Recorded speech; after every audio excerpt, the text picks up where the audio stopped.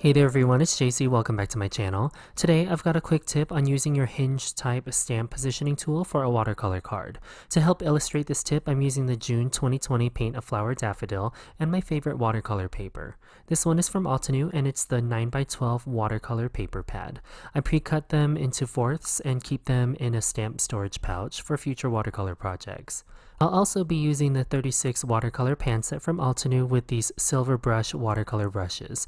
The one I'll be using today is a round number 4, so just ignore the script liner. All of these materials and other materials I used on this card are linked in the description box below.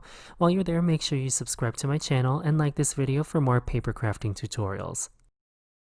On this plywood board, I've got my watercolor paper pads stretched, taped, and stapled. If this idea is foreign to you, make sure you check out my other video on watercolor paper stretching. It helps prevent paper warping from large washes of pigment like I will do today. On some scrap typing paper cut to 4 1/4 by 5 1/2, I've made 2 template ideas featuring the semicircle daffodil cluster image, just for a rough idea of where I want my flower images to go. I opted for this one here, and I'll lay it on top of my stretched watercolor paper. I can't remove this watercolor paper from my plank, so trying to ensure that I get an adequate outline and exact placement are 2 challenges I face from watercolor paper stretching. My solution to this is to use the lid of my MISTI, but not in the traditional sense. First, I'll temporarily tape down my daffodil template to my watercolor board. I'll tape my template in a way so that I can remove it, but also replace it after stamping. Then I'll bring in my mini MISTI and open the clear lid, ensuring that the plexiglass completely overlays the stamped template and watercolor paper. Then I'll lay down and align the original daffodil cluster image to the template, pick up the photopolymer stamp by opening the lid of my MISTI, and then closing the MISTI door. It is important that as you do this, your MISTI does not move from its location next to your watercolor paper, and that your template doesn't get removed either. Now that I have my stamp picked up by the MISTI, I'll flip open my template but not completely remove it. I'll use Obsidian pigment ink for its ultra black and waterproof qualities after it has dried. And again, as I'm inking up this stamp on the lid of my MISTI, I'm making sure that my MISTI hasn't moved from its original spot. Then I will carefully lift up the lid of the MISTI to open, and swing the door and the stamp to my watercolor paper, leaving an impression as normal. If I'm not happy with the impression I left on the watercolor paper, I can double stamp in the same fashion, as the stamp is already positioned in a way that it hasn't moved. So I'll ink up the stamp, carefully open the lid of the MISTI and bring it to the paper, and stamp the image.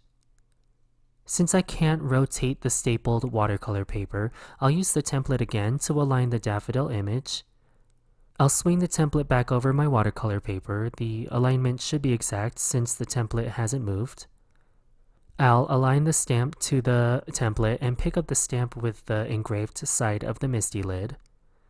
I'll ink up the stamp with Obsidian pigment ink, then carefully open the MISTI, ensuring the positioning tool doesn't move as I bring the stamp over to my watercolor paper. I'm happy with this first impression, so I'll leave it alone and let both stamped images dry back a bit before watercoloring.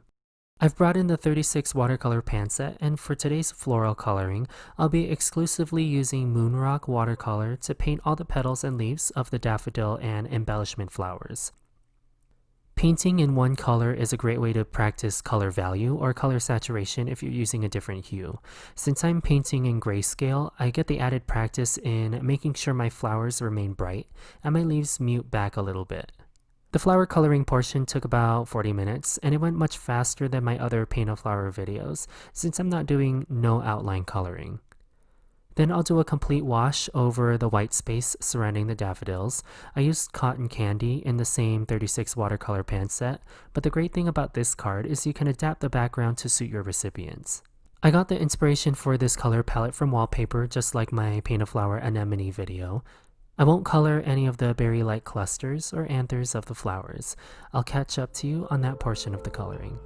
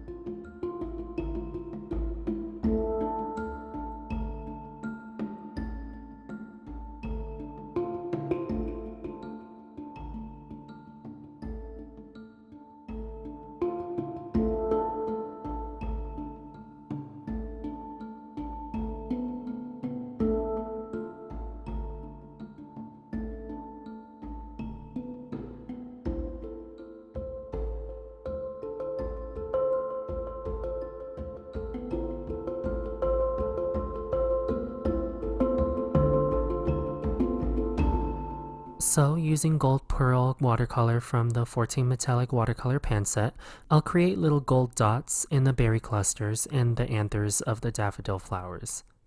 The metallic watercolors are opaque, so they'll reflect beautifully off of the black portions of the flowers. Speaking of opaque, I like to use a diluted drop of this Dr. P.H. Martin's pen white to add white splatters onto my card. I'll set this watercolor panel aside to completely dry. In the meantime, I'll grab this scrap panel of watercolor paper and stamp the other cluster of daffodils onto it with the same Obsidian pigment ink. I'm not stretching this piece since I'm only selectively coloring certain flowers on this arrangement. I'm coloring them the same way as the peach panel with moonrock and gold pearl watercolors. Once these 3 flowers have dried, I'll use a craft knife to fussy cut each image right up to the flower outline, so I'm not leaving a narrow white margin.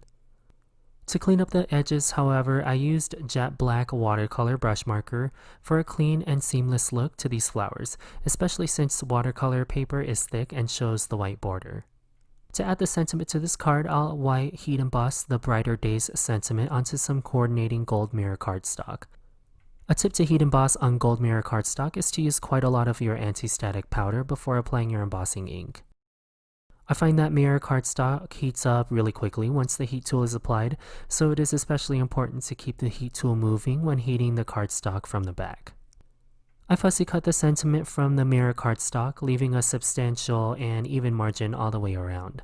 To assemble this card, I foam mounted the individual flowers and sentiment to help break up the symmetry of the circular arrangement, and that finishes this watercolor daffodil card.